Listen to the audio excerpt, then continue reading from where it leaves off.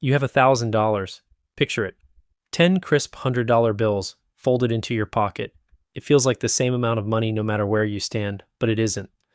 The truth is that those same 10 bills can make you feel poor in one city and almost wealthy in another. And the gap between those two lives is far larger than you think. $1,000 is not a fixed amount of value. It's a number that bends, stretches, and shrinks the moment you cross a border. Let me show you what I mean. Let's start somewhere expensive. Let's start in Zurich, Switzerland. You step off the plane with your $1,000, and almost immediately it begins to evaporate. You want a coffee. A simple cup. That's around $6 or $7. You sit down for an ordinary meal at a basic restaurant, nothing fancy, and you've spent close to $30 before you've even thought about dessert. And rent? A one-bedroom apartment in the center of Zurich runs somewhere between $2,500 and $3,000 a month. So your $1,000 doesn't cover a month of rent. It barely covers a week and a half. In 2025, Zurich was ranked, alongside Singapore, as the most expensive city on Earth, according to the Economist Intelligence Unit's Worldwide Cost of Living Survey. So here, with $1,000, you are not powerful. You are a tourist watching your money melt. A few nice dinners, a hotel for a few nights, and it's gone. Now hold that feeling, because we're about to fly somewhere else. Let's go to New York City. Your $1,000 feels a little more familiar here, but it doesn't last either. The average rent for a one-bedroom apartment in Manhattan recently pushed past $4,000 a month. $4,000. So once again, your entire $1,000 buys you about a week of having a roof over your head, a few restaurant meals, a couple of taxi rides, and then you're empty. In these cities, $1,000 is a short visit. It's survival for a handful of days. So, here's the question that should be forming in your mind. If $1,000 is barely a week in Zurich or New York, what is it somewhere else? What if I told you that in some countries that exact same $1,000 is not a week, it's a month, sometimes two, sometimes a life? Let's fly east.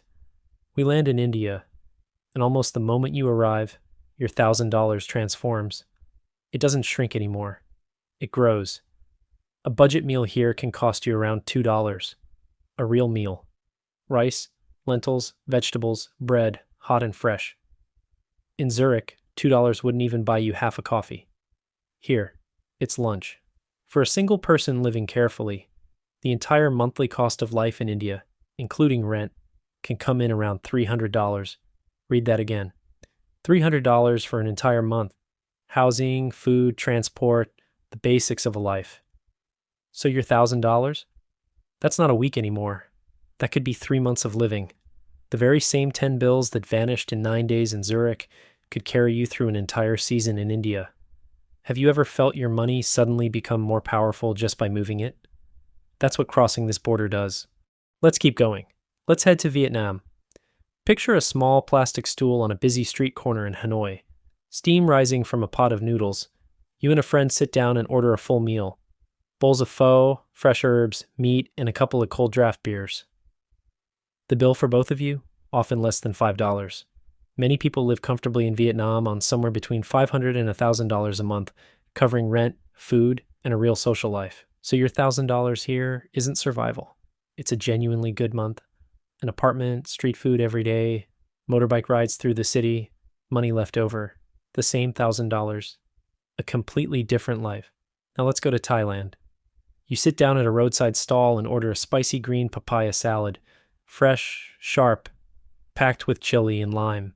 It costs you under $2. A good full meal at a casual restaurant might run you around $6. People build entire comfortable lives in Thailand on roughly $1,000 to $2,000 a month.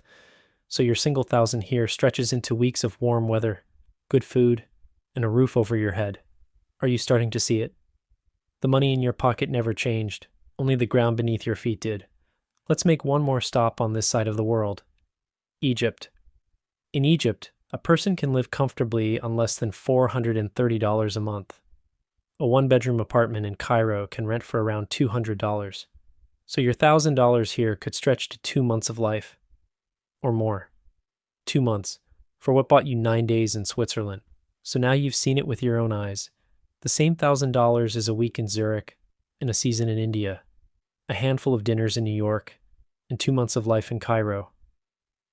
But here's the question that really matters, the one that turns this from a travel video into something stranger. Why? Why does the exact same money behave so differently? It's the same paper, the same number. So what's actually happening? The answer has a name. Economists call it purchasing power, and there's a famous, almost silly tool that measures it, the Big Mac. Back in 1986, a magazine called The Economist invented something called the Big Mac Index. The idea was simple and brilliant. A Big Mac is almost the same everywhere in the world, same bun, same beef, same assembly.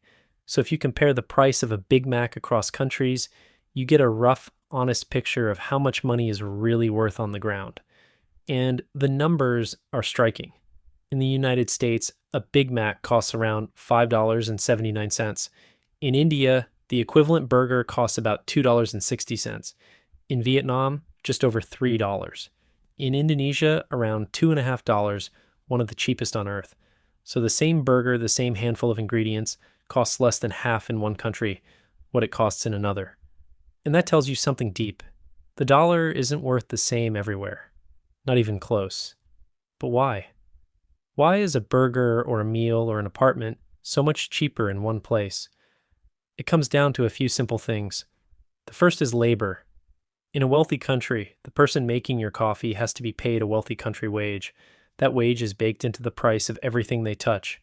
In a lower income country, labor costs less, so the coffee, the meal, the haircut, the taxi ride all cost less too. The second is rent and land. Everything that happens inside a building carries the cost of that building.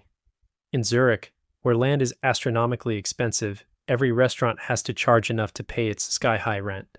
In Cairo, where space costs far less, that pressure simply isn't there.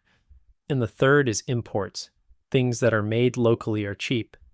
Things that have to be shipped in from far away carry the cost of the whole journey. So a local meal in Hanoi is almost free, while an imported gadget might cost nearly the same as it does in London. Put those three things together, and you get the strange magic of the $1,000. It isn't that the money changes, it's that the world around the money changes. Now here is where it gets really interesting, because this opens a door that millions of people have quietly walked through. Imagine you earn your money in an expensive country, a salary built on Zurich wages or New York wages, but then you take that money and you live in a cheaper one. Suddenly your $1,000 isn't a week, it's a king's month. This is the secret behind the whole world of remote workers and digital nomads. A person earning a Western salary, working from a laptop on a beach in Thailand or an apartment in Vietnam, is effectively living several lives at once. They earn in the world's most powerful money, and they spend in one of its gentlest economies. To the people back home, they're earning a normal wage. To the local economy around them, they might as well be wealthy. But flip that around, and you find the harder truth. For the person who actually lives and earns in that country, the picture is completely different. A local worker in Hanoi or Cairo isn't earning Zurich wages. They're earning local wages, and for them, life still costs what it costs. The cheap meal is cheap because their own paycheck is small, so the same low price that feels like a gift to the visitor is simply the reality of a smaller income for the person who lives there. The $1,000 only feels enormous if it came from somewhere else. Do you see the trick now? Being rich was never really about the number. It was about where the number came from and where you choose to stand with it. Let's go back one more time to those $100 bills in your pocket. In Zurich, they make you a tourist counting your days. In New York, they buy you a week of rent and not much more. In India, they could carry you through a whole season. In Vietnam, a great month with money to spare. In Egypt, 2 months of an ordinary life. The bills never changed. They were always just paper and ink. What changed was the invisible web around them. The wages, the rent, the cost of bringing things across the sea. The $1,000 was only ever a key, and every country had a different lock. And this is the part most people never stop to feel. We walk around believing that money has a fixed value, that $1,000 simply is $1,000, but it isn't. Its real worth is decided by everyone around you, by the wages of the person who serves you, by the price of the land beneath the building, by the distance your food had to travel to reach your plate, You don't carry a fixed fortune in your pocket. You carry a number whose power is written by the place you're standing in. So the next time you hold money in your hand, remember this: it is not worth what it says on the paper. It is worth whatever the world around it decides.